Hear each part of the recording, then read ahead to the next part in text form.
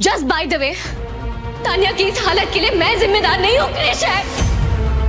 वो बार बार कह रही थी कि उसकी तबीयत खराब है, उसे जाने दे, प्लीज प्लीज कर रही थी, लेकिन आपके बेटे ने जहर उगलना बंद नहीं किया और ना इसने तान्या का हाथ छोड़ा। इसने उसे कहीं जाने ही नहीं दिया। एंड फॉर गॉड सेक, आप लोग इनोसेंट इंसान को ब्लेम करते करते बोर नहीं हो गए क्या? और अब तो कितनी बार ऐसा हो चुका है कि गलती किसी और की होती है, पर आप लोग मुझे या अरमान को ही दोष देते हैं और फिर बाद में पछताते हैं। इस बार मैं जो कह रही हूँ वो सुन लीजिए। दादी साहब के इस नाती ने तान्या के साथ जिस तरह से बिहेव किया है ना, उसके लिए इसे 2 थप्पड़ लगाइए और प्लीज मुझे गुस्सा बंद कीजिए। मैं बस ये जानना चाहता हूँ कि जब तुम्हें पता चला कि तान्या प्रेग्नेंट है तो तुमने तभी के तभी हमें क्यों नहीं बताया? क्योंकि उसकी प्रेगनेंसी के बारे में आप लोगों को बताने का हक मेरा नहीं है। मैं कौन होती हूँ ढिंढोरा पीटने वाली? और एक सेकंड, मेरे पति को डिसोन करने के बाद आप कौन होते हैं मुझसे ये सवाल पूछने वाले? और एक बात और बता देती हूँ मैं आप लोगों को कि तान्या के डिवोर्स के फैसले में मैं आज भी उसके साथ हूँ।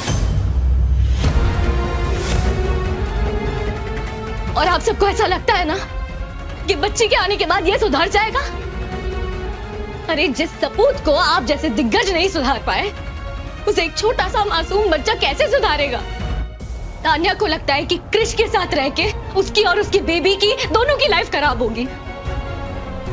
इसीलिए अगर वो चाहेगी ना तो मैं कसम से बता रही हूँ, मैं ये डिवोर्स करवा के रहूंगी। धमकी किसे दे रही हैं आप? तुम्हें दे रही हो और किसे?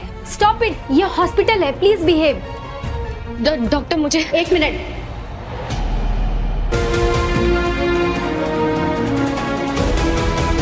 आई एम सो सॉरी, हमने पूरी कोशिश की पर हम बच्चे को नहीं बचा सके।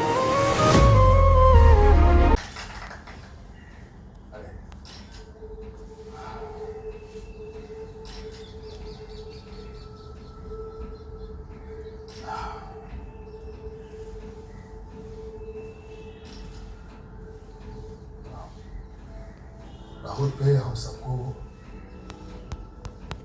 बहुत गर्व है और आप पे भी हम सबको बहुत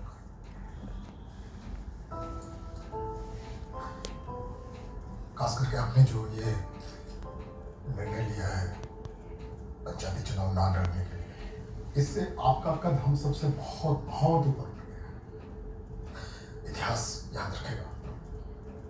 बड़ी तमन्ना थी आपसे। Dush! He is very dush at heart.